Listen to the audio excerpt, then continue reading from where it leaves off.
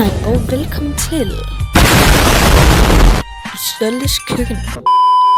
Det allerførste vi skal begive os til er selvfølgelig at vaske vores hænder godt og grundigt og gøre dem fri for snavs.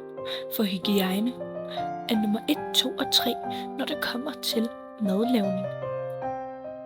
I dag skal vi lave super nemme og lækre svampede hjemmebagte pizzabrød til aftensmad, og hvor derefter vores dessert bliver en super nem og lækker brownie med is til. Du skal bruge noget grahamsmel, noget hvedemel, der bruges på intet punkt, smør i denne opskrift, salt, gær og sidst men ikke mindst rørsukker. Start med at hælde 3 dl vand op i en skål. Smulder derefter gær ned i det lunkne vand.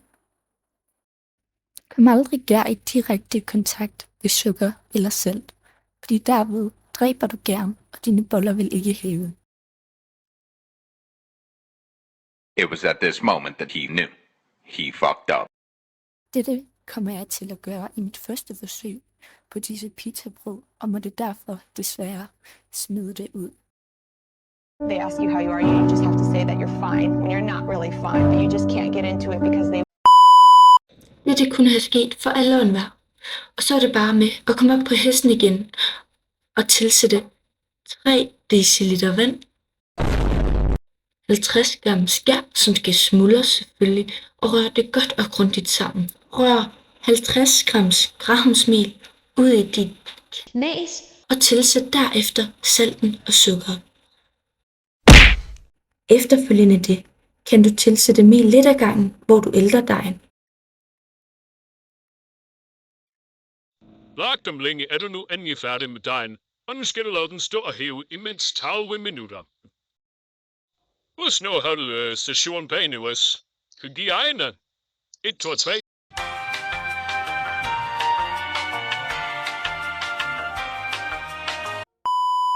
Oprindeligt så skal man bruge brun farin, men da jeg ikke havde det, brugte jeg noget sirup og rørsukker i stedet for. Brownies. Her skal du simpelthen bruge mørk chokolade, sukker, kakaopulver, æg, smør, salt.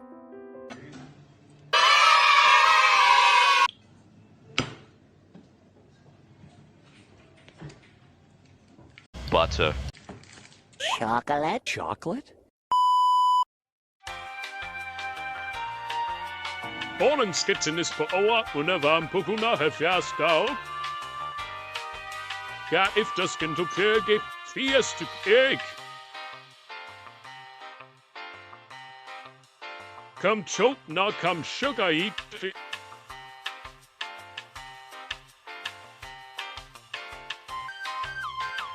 Og derefter 150 gram brunfarin eller 75 gram rørsukker og 75 gram sirup.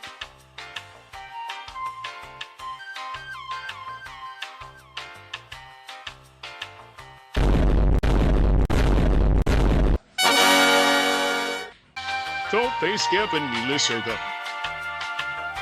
1, 2. Nu skal du bare smøre dit kageform med noget smør, og derefter kommer dejen ned i det. Brownie-dej klar til ovnen.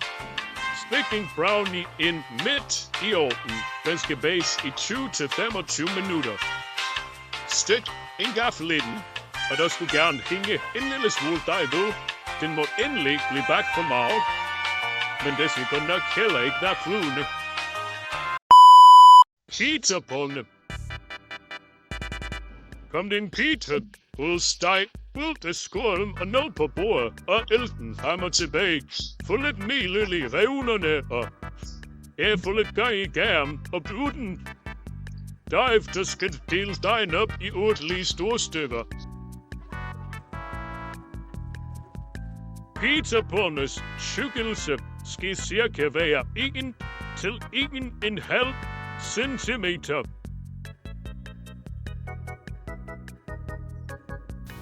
Lad pitabrødene stå og hæve yderligere 15 mere minutter. Her kan du for eksempel finde tid til at skære dine grøntsager, som du vil have med som fyld i dine pitabrød. Det kan eventuelt være rester fra andre aftener, eller noget du har købt ind specielt til denne ret.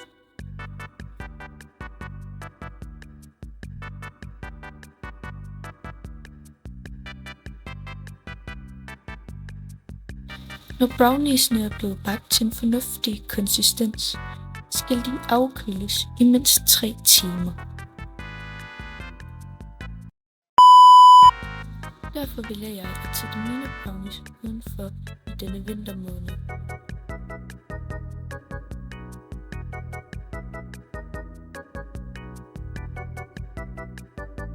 Efter kødet bliver sat på panden, skal pitabrødene ind i ovnen og bages i 220 grader i 8-10 minutter.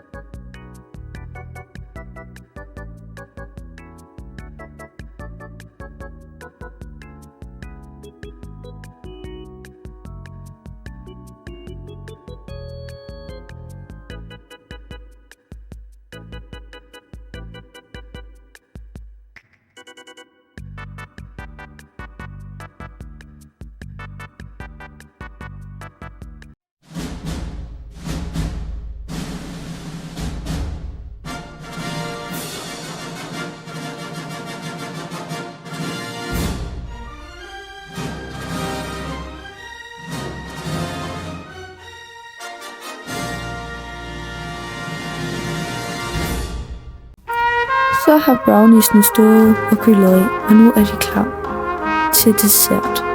De er dejligt bløde og svampede. Serveres med is eller flødeskum, hvis I vil smage.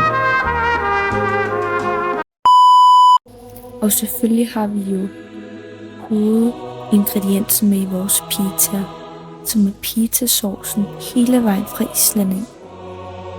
Kan ikke købes i andre lande end på Island. Kom til Island og køb pizzasauce. Spis pizza med pizzasauce fra Island. Kom til Island i dag.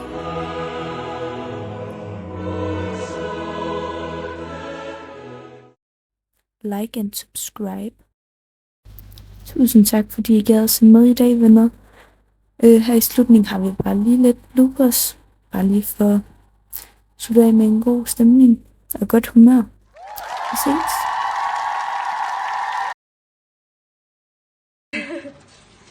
Hun har 4 hænder. Fail.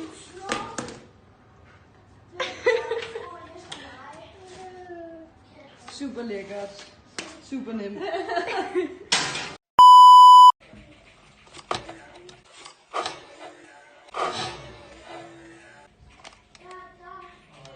Fuck, mand. Jeg må bare lige klippe. Den var så lidt hård, så der skal, den duer så ikke.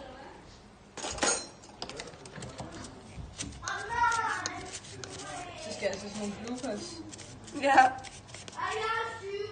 Det er en af dem. Ja. Så er vi klar igen.